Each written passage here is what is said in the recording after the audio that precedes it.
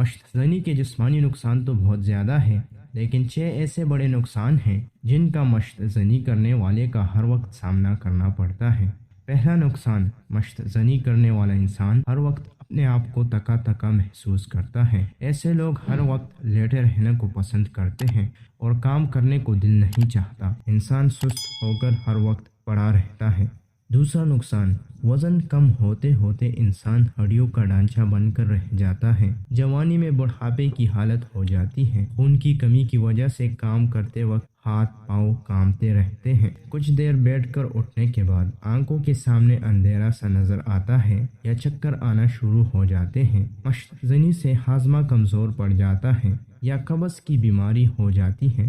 پیشاب کرنے کے بعد قطرے آتے رہتے ہیں۔ تیسرا نقصان، مشت زنی کرنے والے کا چہرہ پیلا پڑ جاتا ہے۔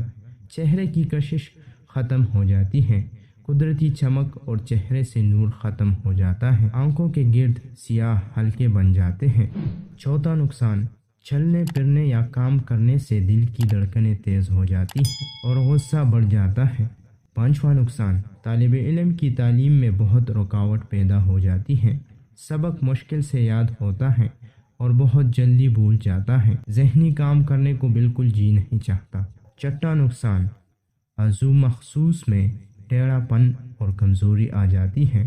انسان شادی کے قابل نہیں رہتا۔ سرعت انزال، ذکاوت، حس اور جیران کی شکایت ہو جاتی ہے۔